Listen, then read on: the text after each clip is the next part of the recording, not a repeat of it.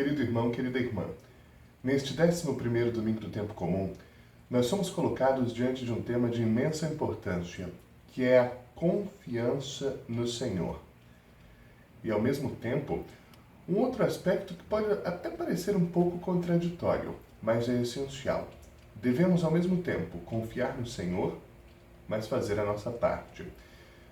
A palavra de Deus hoje nos ensina que a obra de Deus, que é a perfeição da humanidade, a plenitude da vida humana e das suas relações, se alcança com a conjugação desses dois fatores. A parte de Deus, e Ele sempre faz a parte dele, e a nossa parte, a nossa contribuição à plenitude, à salvação da humanidade. Essa atitude de confiança, nós precisamos mesmo ter e fazer crescer sempre mais. Confiança no sentido de ter a plena consciência, a esperança e a convicção de que Deus opera sempre, Deus sempre age. Deus não está inerte em algum lugar desconhecido ou inacessível. Ao contrário, Deus se faz presente no meio da sua criação, no meio das suas criaturas, e Deus coopera, opera, trabalha momento por momento para a plenitude dessa mesma criação que nasce dele. A expressão que Jesus coloca hoje diante de nós, muito conhecida, é reino de Deus. De uma forma muito simples, o que é o reino de Deus? O reino de Deus é essa realidade em que a criação de Deus, de modo especial o ser humano, que é a sua principal criação, viva em harmonia, viva em abundância de bem, de alegria. O reino de Deus é uma nova humanidade em que a lei relacional é o amor, não o ódio, não a competição desenfreada, não a tentativa de sempre se sobrepor ao outro, mas o amor, o equilíbrio, a harmonia, a partilha, a concórdia, o perdão quando necessário, a reconciliação, a recomposição das relações. E se fala em reino, não porque Deus seja monarquista, de modo algum, mas justamente pelo reconhecimento de que Deus é o autor de tudo, de que dele decorre todo o bem que existe e que é ele o centro do poder e do equilíbrio do universo. Por isso, rei da história, rei do tempo, criador de tudo e senhor de tudo e de todos. Jesus usa uma interessante ilustração a partir da agricultura. Jesus fala que o reino de Deus é como a semente lançada na terra. O agricultor a lança, mas não vê como acontece o seu florescimento. Jesus, na prática, está dizendo que é um milagre. E, de fato, toda nova vida é um milagre.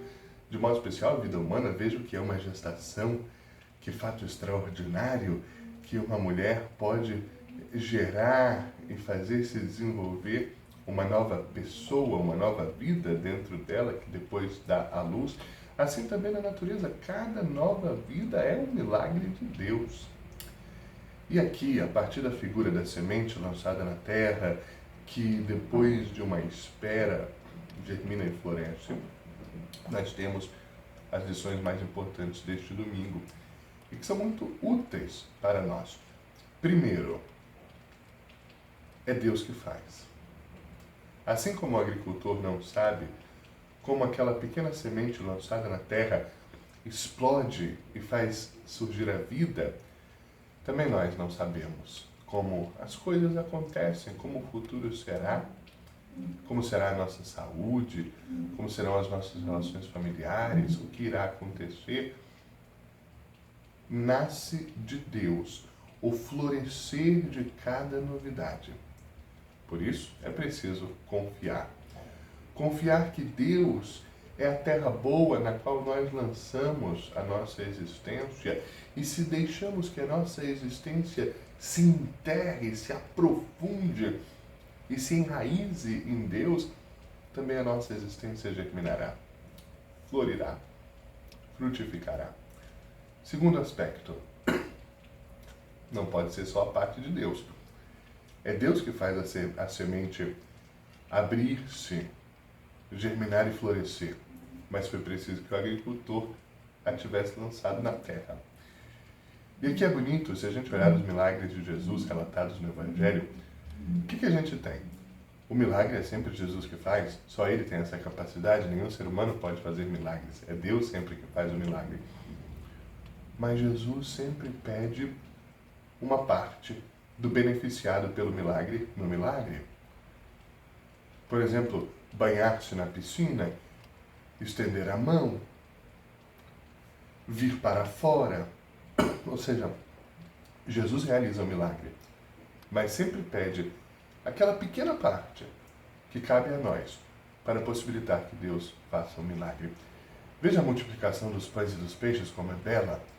Jesus faz comer milhares de pessoas a partir de quase nada que se tinha, mas esse quase nada brota da doação generosa de alguém que havia levado ali o seu alimento e partilha. E a partir da generosidade da sua partilha, a partir do seu passo, Deus faz o milagre. Tenhamos sempre clara essa imagem. Podemos pedir milagres a Deus, sim, e Ele os fará. Mas é necessário que a nossa parte não falte. Que aquele pequeno passo que a gente dá, que possibilita a ação de Deus, não falte, porque a parte de Deus nunca faltará. Confiar em Deus, fazer a nossa parte. Terceiro aspecto, ter a consciência de que na nossa vida as coisas boas acontecem num processo. E Jesus deixa isso muito claro no Evangelho de hoje. É preciso germinar, crescer, primeiro as folhas, as flores, depois os frutos, que, por sua vez, de novo cairão na terra e produzirão outras experiências. Então, a vida é um processo. Não adianta a gente achar que vai apertar um botão e tudo vai acontecer. A gente vai ser feliz, a nossa fé vai crescer, os milagres vão acontecer. Não. Há um processo.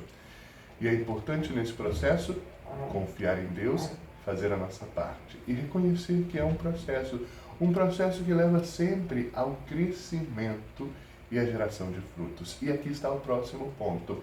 Como saber se alguma coisa na nossa vida vem ou não vem de Deus? Olha os frutos. Temos que ver quais são os frutos da nossa vida, da nossa existência, da nossa oração, dos nossos atos. Se há frutos, e se são frutos bons, é Deus que está agindo. Se não há frutos, ou se os frutos são ruins, não é Deus que está agindo em nós. Finalmente, uma última imagem que nos oferece esse Evangelho de hoje é a consciência também de que o reino de Deus cresce, mas cresce de forma misteriosa e discreta. Uma árvore não vai do solo a uma grande altura do dia para a noite, mas discretamente cresce, sem que os nossos olhos percebam, a partir da nossa confiança, da realização da nossa parte, do reconhecimento do processo. O reino de Deus acontece assim. Portanto, também não pensemos que os nossos esforços pelo reino de Deus produzirão efeitos visíveis imediatamente. Não, o reino de Deus é uma construção, já estamos há 20 séculos construindo o reino de Deus e continuaremos.